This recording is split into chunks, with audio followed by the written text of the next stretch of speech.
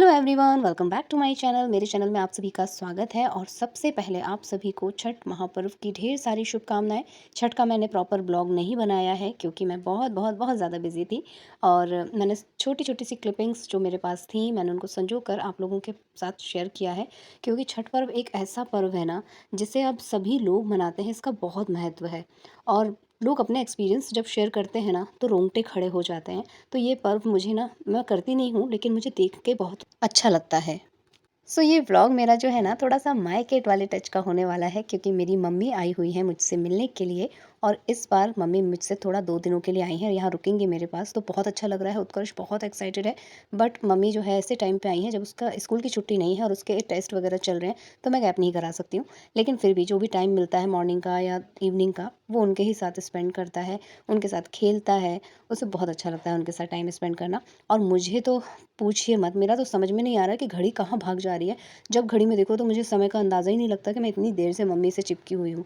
और माँ तो माँ ही होती है ना, तो मेरे लिए काफ़ी सारी चीज़ें वो बना रही हैं। और ये मेरी सासू माँ के लिए ख़ास बन रहा है। ये बेसन की बतिया जो होती है वो मम्मी बहुत टेस्टी बनाती है। मैंने 1-2 बार ट्राई की है, लेकिन मेरा ना थोड़ा-सा हाथ सधा नहीं है क्योंकि मैं रेगुलरली नहीं बनाती हूँ और डीप फ्राई से मैं दूर भागती हूँ। तो इसलिए भी शायद हो सकता है मुझसे चीज़ें बिगड़ जाती हैं। बट मम्मी का एकदम हाथ परफेक्ट है, वो हमेशा ही बनाती हैं। और जब भी जिस भी भाई के घर में जाती हैं वहाँ कुछ ना कुछ बना के वो ढेर सारा ले जाती हैं। अगर नहीं ले गईं तो वो वहाँ पे बना देती हैं। मैं भी खड़े होके सीख रही हूँ प्रॉपरली। मैं मम्मी-पापा से ना बहुत दूर रही हूँ हमेशा से। मैंने 12th करके ही अपना मायका छोड़ दिया था, मैं बनारस में रही हूँ उसके बाद। तो जब सीखने की एक उम्र होती है उस टाइम पे मैं अपनी माँ के साथ नहीं थी, तो मुझे बहुत ज़्यादा चीज़ें नहीं आती हैं। और जो भी कुछ थोड़ा बहुत आता है वो मुझे मेरी बुआ से आता है, बुआ ने सिखाया है। लेकिन मम्मी तो अलग तरीके से सिखाती है ना। और ये यहाँ पे जो लड्डू बन रहे हैं ये मेरे लिए बन रहे हैं क्योंकि ठंड आ गई है।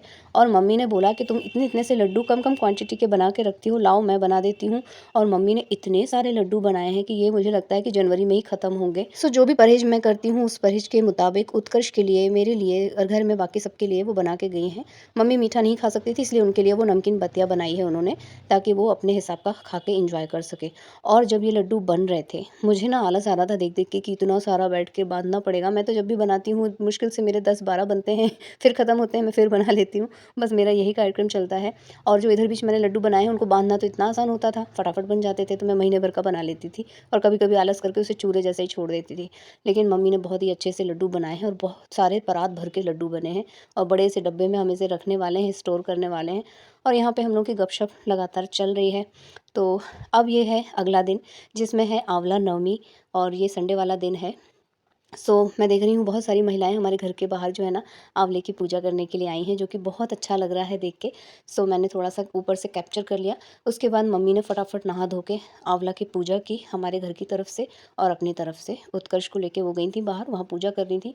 और बहुत ही अच्छे से प्रॉपर तरीके से उन्होंने बच्चे को भी सिखाया कि कैसे पूजा विधि विधान से की जाती है, कैसे फेरी वगैरह दी जाती है, सभी कुछ सारा विस्तार से उन्होंने बताया। तो उत्कर्ष तो उनको छोड़ ही नहीं रहा था, चिपका हुआ था बिल्कुल उनके साथ ही। मैंने बल्कि कई बार डांटा भी, लेकिन ठीक है, बच्चा है, बहुत दिनों बाद मिला था नानी से। और नानी जो है उसके साथ छोटे बच्चों जैसे खेलती भी हैं, इसलिए वो उनको ज़्यादा ही प्यार लाड करता है। अच्छे से पूजा हो गई और बहुत ज़्यादा भीड़ थी। इतना अगरबत्ती का धुआं घर में आया, ऐसा लग रहा था हम लोग किसी मंदिर में रहते हैं, इतना ज़्यादा यहाँ पे लोगों ने वो किया। और सभी लोगों ने मम्मी से मुलाकात भी की, मम्मी को प्रणाम भी किया।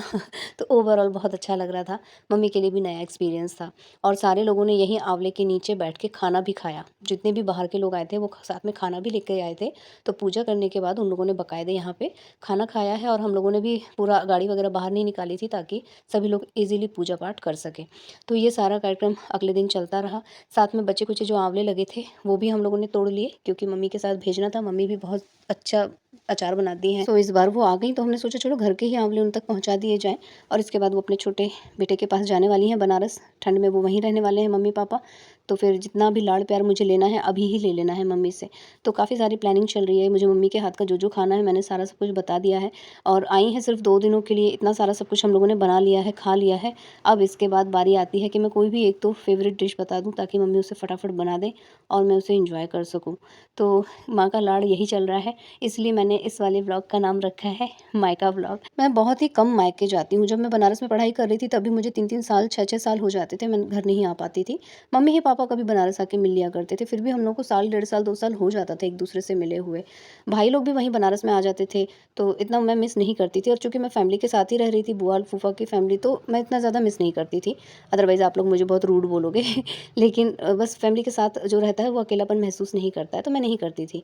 हाँ, शादी के बाद मुझे लगने लगा कि यार सभी लोग मायके जाते हैं। मेरी ननद भी आती थी, तो मुझे भी लगता था कि मुझे दौड़-दौड़ के जाना चाहिए। लेकिन ऐसी परिस्थिति ही नहीं होती थी कि मैं छोड़ के जाऊँ, ज़्यादा भाग-भाग के जाऊँ। और फिर उसके बाद मेरे दोनों भाई सेटल हो गए हैं, तो मम्मी कुछ दिन बड़े भाई के पास जाती हैं, कुछ दिन छोटे भाई के पास जाती हैं, तो मम्मी-पापा ही नहीं होते हैं आस-पास कि मैं कहीं जाऊँ। और अब बच्चे की छुट्टियाँ, बच्चे के एग्ज़ाम, हर समय कुछ न कुछ लगा ही रहता है। तो मैं तो नाम ही नहीं लेती अब, मम्मी ही आ जाती हैं, हम यहीं मिल लेते हैं। और बहुत अर्जेंसी होती है तब फिर मैं जाती हूँ, तो बस वो जाना उस अर्जेंसी के नाम पे हो जाता है। जैसे कभी पापा बीमार पड़ गए या कोई बीमार पड़ गया, तो उसे हम लोग फिर मायके में काउंट नहीं करते हैं, वो एक इमरजेंसी कॉल होता है।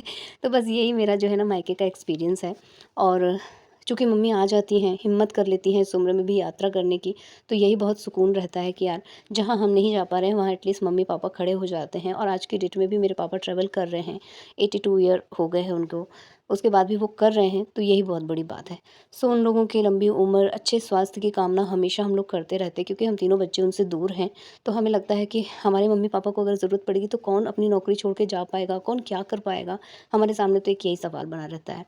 ख़ैर, फाइनली मैंने मम्मी को बता दिया कि मुझे जो है उनके हाथ की बाटी खानी है, क्योंकि वो बहुत ही ज़्यादा सॉफ्ट और बहुत ही अच्छी बनाती हैं। मेरी जली-जली बनती है, ऊपर का कवर जल जाता है। और ये चोखा भी उन्होंने अलग स्टाइल का बनाया है। सो मैं उनके जाने के बाद फिर कभी एक बार ज़रूर ट्राई करूँगी, तब रेसिपी आप लोगों के साथ शेयर करूँगी। अदरवाइज़ मैं तो बहुत कम ही ये सब चीज़ें बनाती हूँ। और ये जो ओवन है, इसमें मैं जब भी बनाती हूँ मेरी बाटियाँ काली पड़ जाती हैं। सो वही मैं शिकायत भी मम्मी से कर रही थी कि मुझे पता नहीं क्यों ये ओवन अच्छा नहीं लगता है, मेरी बाटियाँ जला देता है। सेंटर की बाटियाँ तो मैं डर के मारे रखती ही नहीं हूँ। तो वही वो मुझे सिखा रही हैं कि यहीं खड़े रह के बनाना होता है, उसे अलटते-पलटते रहना होता है। 5-5 मिनट का नहीं, 2-2 मिनट का गैप किया जाता है। सभी चीज़ें वो सिखाती भी जा रही हैं और बनाती भी जा रही हैं। और बाटियाँ मम्मी ने इतनी सारी बनाई थी कि हम लोगों ने इसे 3 टाइम खाया है। मम्मी के साथ भी इसे एन्जॉय किया पूरे घर ने, बहुत खुश होके। और उसके बाद उनके जाने के बाद मैंने खाना नहीं बनाया था।